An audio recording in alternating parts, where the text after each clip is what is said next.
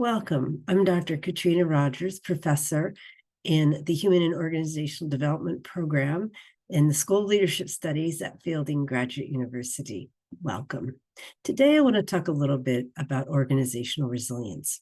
Many people come to Fielding with an interest in how to make systems, organizations, societies, their communities, family systems more resilient.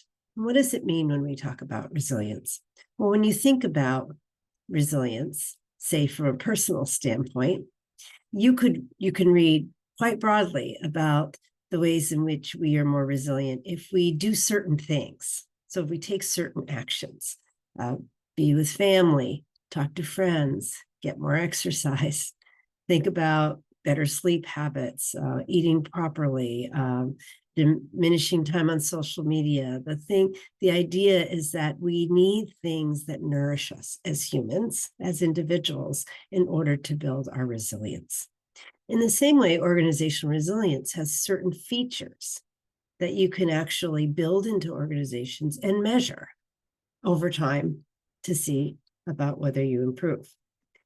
In my work, I often think of organizations. When I think of organizational effectiveness, how do you make organizations better?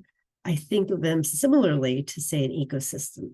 There are 4 elements to an ecosystem that connotes its health.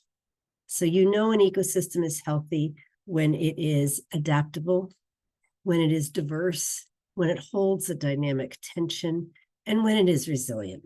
So today I want to offer you a couple of ideas around resilience. So in my mind, there are 4 pieces to organizational resilience. And you can look at an organization and test its resilience in a qualitative sense to see how likely an organization is to be able to weather adverse conditions. That's often when we notice resilience, is when we're facing adversity. And it's no different whether it's an organization or a human being. So the 4 elements are, first, being prepared. It's important that organizations are prepared for the unexpected. This is for those of you who work in organizations or consultants to organizations or work in large-scale systems. This is not news, but it's important to understand it. Another critical element is being collaborative. You notice that organizations that are most resilient is they have a collaborative framework. And what that means, of course, there's hierarchies and leaders and so on, but what it means often is collaborative in this sense is about having very clear and open communication strategies and processes, and that these communication strategies minimize misunderstanding and minimize administrative tangles, if you will. So the idea that collaboration is more than just 2 people talking to each other or teams meeting, it really has underneath this element of communication. The third is the idea to be responsive. So organizations, like take a university, for example, if universities anticipate and are responsive in effective ways with multiple constituents, they're more resilient, they're more effective because they're anticipating, they're thinking ahead. In the same way, any organization, whether you're manufacturing a product or you provide a service or whatever context it is, it's the same thing. How responsive are you? How much are you thinking about your multiple stakeholders within what their frames and what they need, and being responsive to them very quickly? That's very important for resilience. The last one is trustworthiness.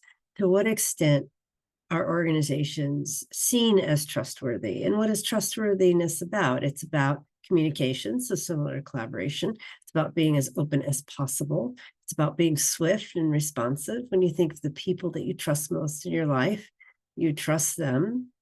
You trust them with your vulnerabilities. You trust them because they do what they say they're going to do. It's the basics of trust building. But if an organization can demonstrate or have a baseline and then measure progress in these 4 categories, being prepared, being collaborative, being responsive, and being trustworthy, then they're well on their way to being an organization that is known for its resilience.